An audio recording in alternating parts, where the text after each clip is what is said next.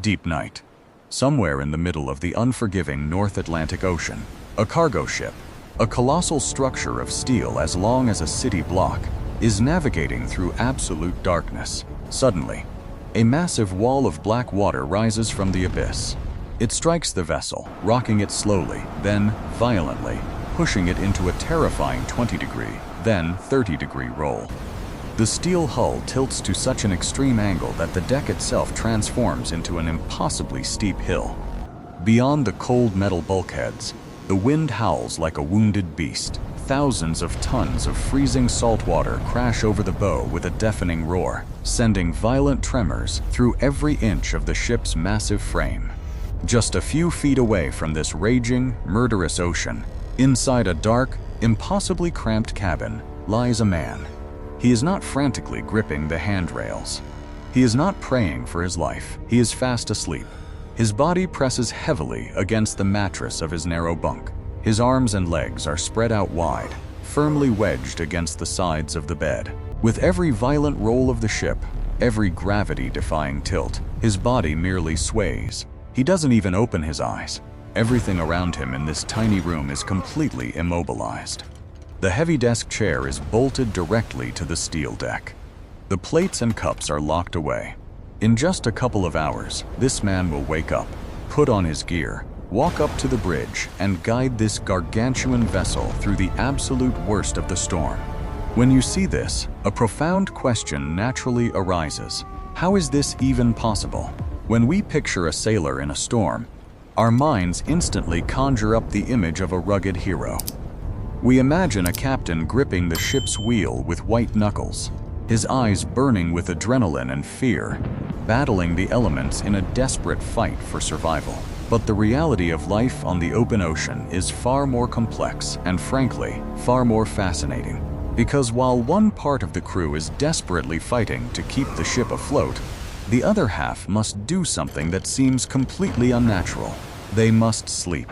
They must find a way to fall into a deep, restorative slumber amidst the deafening roar of the ocean, the violent pitching, and the terrifying tilt that would have instantly thrown you out of a normal bed back on land. Make no mistake, the quality of the rest they manage to get in this dark, tumbling metal box will directly determine whether this ship safely makes it to port, or becomes just another tragic statistic at the bottom of the sea. How exactly does the human body manage to shut down and sleep when the very floor beneath it is constantly falling away? Why does a ship, pushed almost completely onto its side by a rogue wave, magically manage to right itself? And what possesses a sailor to have so much absolute trust in this metal contrivance that he can calmly close his eyes when the ocean is actively trying to kill him? Today, we are going to live through a violent storm alongside a sailor. We will experience everything from the very first strike of a wave to the cold, gray light of dawn. By the end of this journey, you will understand exactly how human beings have mastered the impossible art of sleeping in a place where rest seems like a physical impossibility. Before we head out into the deep water, make sure to hit that subscribe button right now so you won't miss our next deep dive into human survival. Now, let's step aboard. The storm is closing in. The true battle against a storm begins long before the first massive wave ever strikes the bow. Our protagonist, a duty sailor on a massive commercial freighter, has just finished his grueling shift. He now has a few precious hours to sleep before he has to get up and do it all over again. Meteorological reports indicate a severe gale system moving in for the night. Every experienced crew member knows exactly what that means. What follows is the preparation for the storm.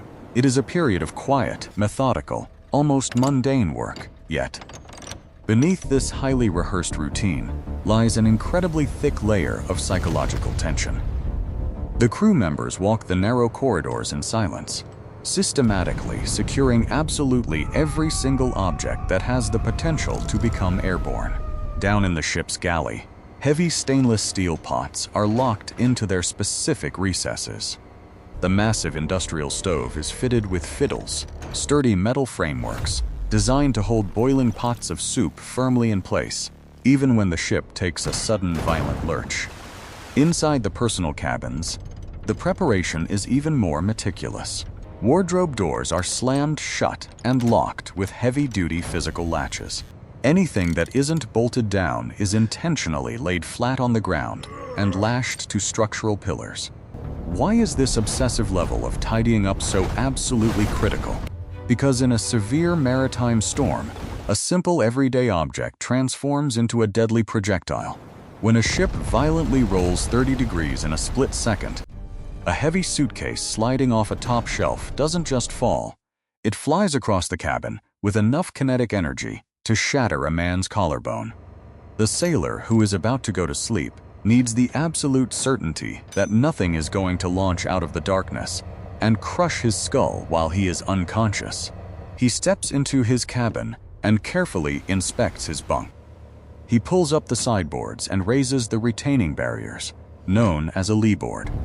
Its one and only purpose is to prevent the sleeping sailor from being violently ejected from his bed. He eats his dinner quickly, knowing this might be the last normal meal for days. In just an hour or two, simply holding a cup of coffee without wearing half of it will become an extreme sport. Here is something that people who live their entire lives on solid land rarely understand. A sailor does not go to sleep when he feels tired. A sailor goes to sleep when there is a window of time available. The duty roster on a commercial vessel is an uncompromising law. If your schedule dictates that your designated sleep period is from 8 in the evening until midnight, you must force your body to utilize those 4 hours, regardless of how aggressively the ocean is trying to stop you. An exhausted, sleep-deprived human being standing at the helm of a massive ship during a hurricane is one of the most dangerous things on the ocean. So, he climbs into his narrow bunk fully clothed. Nobody in their right mind strips down to their underwear on a night like this. If the ship's general emergency alarm pierces the darkness, there will only be seconds to react. You do not have time to look for your pants when the ocean is pouring in. With the ship only gently swaying, he forces his eyes closed. But the real nightmare of the night hasn't even begun yet. The wind outside is just starting to gather its terrifying strength. Within the hour, the entire universe outside this metal box is going to turn upside down. There is an old saying among mariners that a storm is always more ferocious in the dead of night. Without the horizon visible to the human eye, the other senses amplify the terror. The first truly massive roll of the ship usually hits just before midnight. A colossal wave catches the vessel off guard, lifting the massive bow high into the pitch-black sky before aggressively twisting the entire hull onto its side. Inside the cabin, the bunk, along with the sailor, tilts to such an extreme degree that if it weren't for the leeboard he raised earlier, he would have been violently thrown to the floor. How does the human body actually initiate the sleep sequence under these violently unstable conditions? The secret lies deep within our anatomy. Deep inside the inner ear is the vestibular system. It is a microscopic network of fluid-filled canals that constantly feeds data to your brain, telling it which way is up, which way is down, and how fast your body is tilting. On solid land, this system works flawlessly, but out on the churning ocean, a massive sensory conflict begins. The fluid inside the inner ear sloshes around, frantically screaming to the brain that the body is falling. But the eyes, staring into the pitch-black darkness of the cabin, report that the room looks perfectly still. The brain receives this chaotic, contradictory data and instantly panics. This neurological panic is what we commonly call seasickness. The brain triggers nausea, cold sweats, and dizziness. A rookie sailor on his first night in a major storm will not sleep a single wink. He will meet every single roll of the ship with tense, terrified muscles, fighting the motion, waiting for the ship to capsize. But then, something truly miraculous happens. The human body is an adaptation machine. After about 2 to 3 days of continuous exposure to the open ocean, the vestibular system recalibrates. The brain essentially learns to filter out the chaotic data. It stops perceiving the constant pitching and rolling as a mortal threat and begins to categorize it as background noise.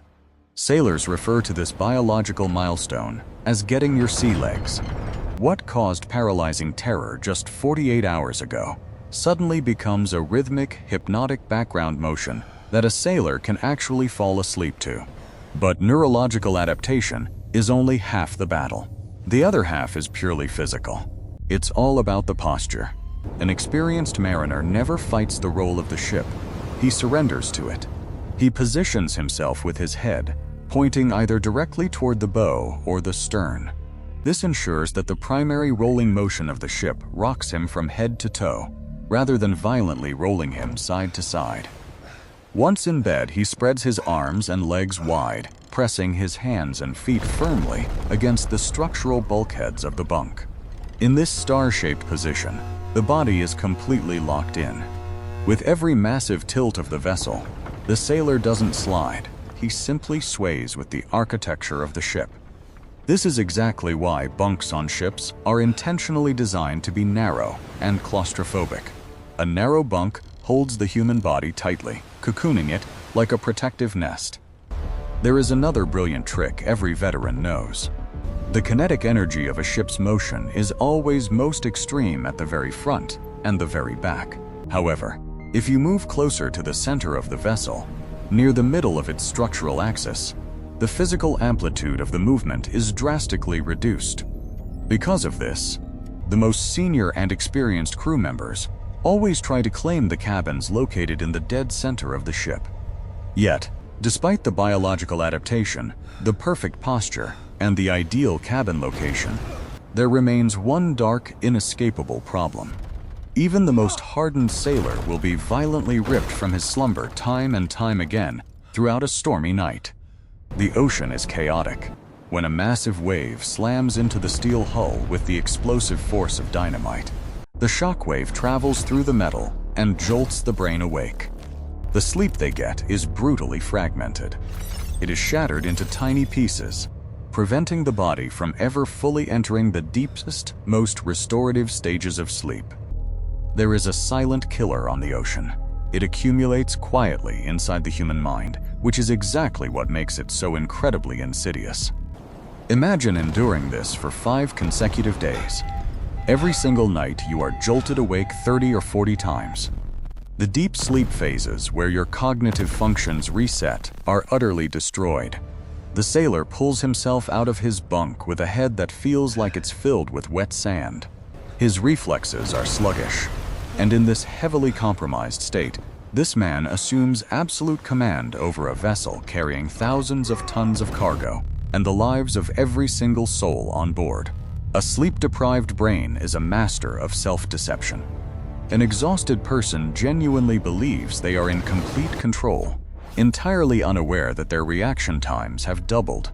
He might experience a microsleep, his brain shutting off for 3 full seconds, while he stands staring out the window, totally disconnected from reality. In a severe maritime storm, a cognitive error like this is a death sentence. This is why getting sleep at sea is never considered a luxury. The cognitive sharpness of the crew is just as critical to the ship's survival as a well-maintained diesel engine. While international laws strictly mandate minimum resting hours, the brutal reality of the ocean often overrides them. When a ship is fighting for its life, an emergency can instantly pull every single man from his bed. The crew finds themselves trapped in a paradox. The law demands that they rest, but the wrath of nature demands that they work. So people adapt. They sleep in stolen, fragmented shifts. Our sailor sleeps exactly like this, on the very edge of consciousness, ready to leap out of bed at the first unnatural sound. In this incredibly vulnerable state, he is entrusting his fragile human life to 2 specific things. The first is the quiet competence of his crewmates up on the bridge, fighting off their own exhaustion to keep the ship pointed into the waves. But the second thing he places his absolute faith in is the laws of physics. He trusts the invisible mathematical forces that force the colossal steel ship to stand back up every single time a wave tries to push it down to the bottom of the sea. If you have never been in a storm at sea, the rolling is the most terrifying part. The ship tilts further and further. It feels like just one more degree of tilt, and the entire vessel will capsize. And then, just at the precipice of disaster, the massive steel hull groans, pauses for a terrifying second, and then slowly, heavily, fights its way back to vertical. This happens thousands of times a night. There is no magic here. This phenomenon is known as marine stability. Think of a child's weeble-wobble toy. No matter how hard you push the toy over, it always snaps back to an upright position, because a heavy weight is locked inside the very bottom. A cargo ship operates on this exact same principle. Deep in the bowels of the hull sits the massive engines, heavy fuel tanks, and ballast water. The ship's center of gravity is kept extremely low. When a massive wave pushes the ship over, gravity grabs that low center of mass and yanks it back down. This creates a massive rotational energy, known as the righting moment. A veteran sailor can literally feel this mathematical equation working in his sleep. His body reads the motion flawlessly. He feels the ship take a massive roll, but then he feels that heavy, reassuring snap backward. It means the physics are holding. The extreme tilting isn't an enemy. It's proof that the ship is fighting and winning. But this magical force of physics has a limit. The righting force only grows stronger up to a specific, critical angle of tilt. If the wave is too big and pushes the ship past that mathematical point of no return, the physics flip. Gravity suddenly works to pull the ship upside down. This delicate balance is dependent on that center of gravity staying low. If the cargo inside the massive holds hasn't been strapped down properly, thousands of tons of steel can break loose and slide to one side of the ship. Instantly, the center of gravity shifts. The ship will lean over, and it won't come back. There is a second threat known by sailors in freezing waters: ice. As salt water hits the freezing steel decks, it turns to solid ice. Hundreds of tons of solid ice can form high up on the ship's masts. The ship's center of gravity is pulled upward, and it loses its ability to stand back up. Because the moment every sailor truly fears is a roll that breaks the rhythm. The ship gets slammed onto its side, and then it hesitates. The snap back to vertical doesn't happen. In that agonizing microsecond, the sleeping sailor's eyes snap wide open, and then it happens. Right around 3 a.m. Out of the darkness, a rogue wave is born. A monstrous wall of water, twice the size of anything they have faced so far tonight. Our sailor is trapped in his fragmented sleep. Suddenly, the ship is violently thrown to the side, leaning deeper and more aggressively than it has all night. From somewhere deep within the bowels of the hull, a terrifying groan of bending steel echoes through the metal. He is fully awake before his conscious brain can even process the fear. This is pure instinct. He lies completely frozen in the dark. He feels the extreme tilt. He waits. 1 agonizing second passes, 2 seconds, and then a heavy, sluggish shudder. The hull groans deeply in protest, but slowly, miraculously, the righting moment catches. The massive weight deep in the keel grabs the ship and hauls it back toward the vertical. Through the vibrations in the steel, he can hear the rhythmic, powerful thumping of the massive diesel engine. The helmsman is doing his job perfectly, keeping the bow of the ship pointed directly into the incoming waves. He lies there and thinks about the ultimate ghost story of the sea. The solitary rogue wave that can crash down on a ship like a falling skyscraper.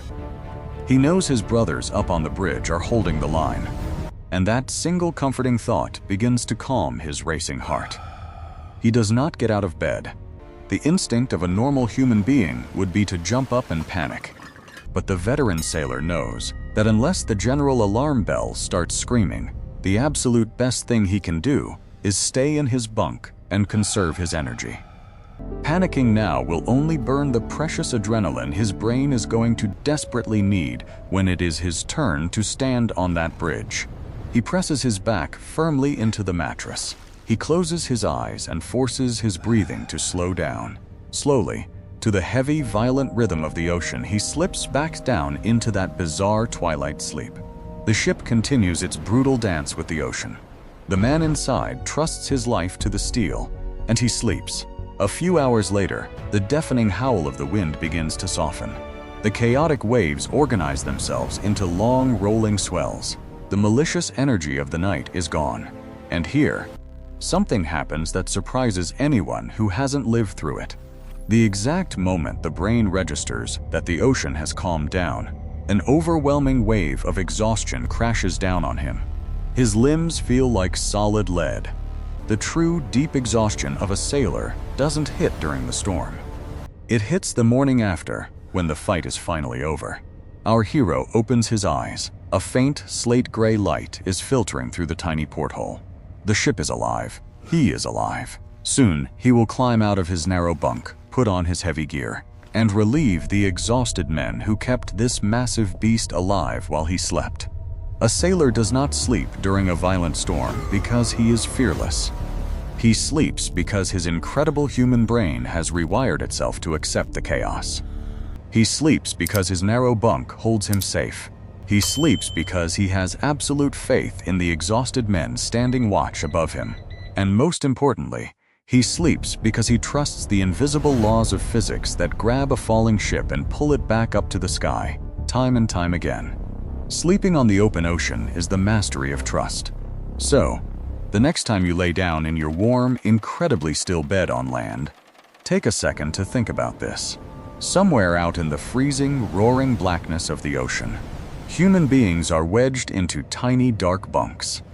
The water is hammering against the steel just inches from their faces, and they are sleeping, recharging their minds and bodies so they can wake up, deliver the cargo that keeps our world running, and eventually, make it back home.